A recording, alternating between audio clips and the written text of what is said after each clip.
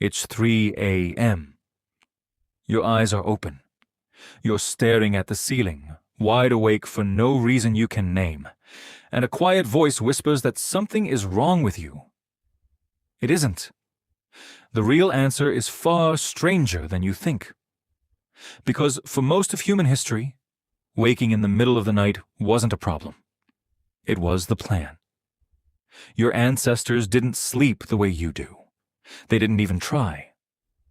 The 8-hour block of unconsciousness you chase every night is a modern invention, younger than the light bulb. And when you look at what humans actually did between sunset and sunrise, a hidden world opens up. A second life, one your body still remembers. Before artificial light, night was half of existence. 14 hours of darkness in winter, every single night. What do you do with 14 hours of dark? You don't sleep through it. That's the first surprise. A historian named Roger Ikirch spent decades digging through old court records, diaries, and letters, and kept finding the same two phrases. First sleep, second sleep, not as poetry, as routine.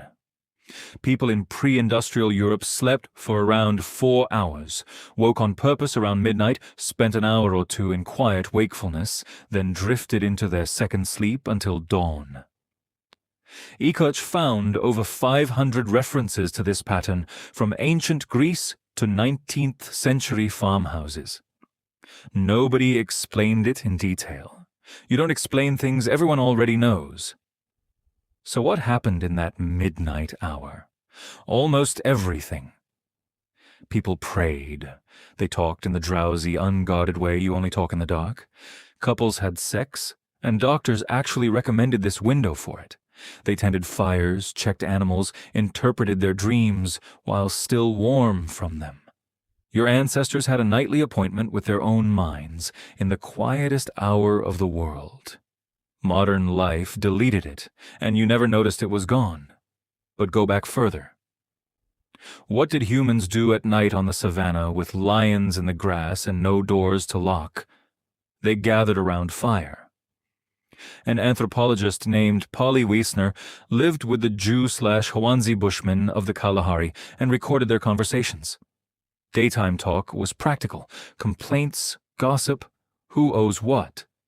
But by firelight, more than 80% of talk became storytelling. Myths, ancestors, spirits. The day was for surviving. The night was for meaning. If you've ever wondered why every culture on Earth tells stories, here's a candidate answer. Story time is fire time. You are descended from the people who stayed awake to listen, and someone was always awake. A sleep researcher named David Sampson put motion trackers on 33 Hadza adults in Tanzania for 20 days. In over 220 hours of night, the moments when every adult was asleep at once totaled 18 minutes. Nobody took shifts. It happened automatically because elders drifted off early and woke before dawn, while young adults stayed up late and slept in. Sampson calls it the Sentinel hypothesis. Mismatched sleep schedules as an evolved security system. That teenager who can't sleep before 1 a.m.? That grandparent up at 4:30? For 100,000 years, they were the night watch. The reason nobody got eaten. One more myth. The idea that ancient humans slept more than you. A neuroscientist named Jerome Siegel tracked sleep in 3 societies living without electricity: the Hadza, the San, and the Tsimane. They slept between 5.7 and 7.1 hours a night.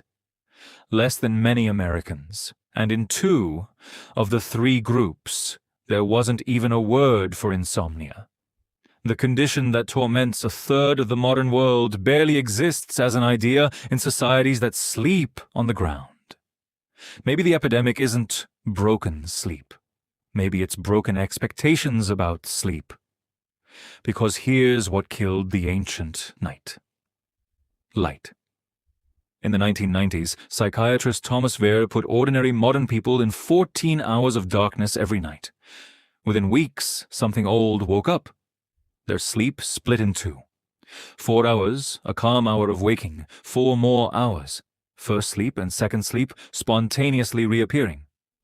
During that midnight waking, their bodies flooded with prolactin, the hormone of deep calm. They didn't call it insomnia, they called it peace. The pattern was never deleted, only buried under electric light and a rule barely 2 centuries old that says proper sleep means 8 unbroken hours. So when your body runs the old program and wakes you in the deep of night, you panic. You check the clock. You manufacture the stress that keeps you awake. Your ancestors, waking at that exact hour, rolled over and talked. The waking wasn't the problem, it was the gift. So tonight, if your eyes open at 3 a.m. and you find yourself staring at the ceiling, wide awake for no reason you can name, listen for that quiet voice and let it say something different. Nothing is wrong with you. You're just remembering.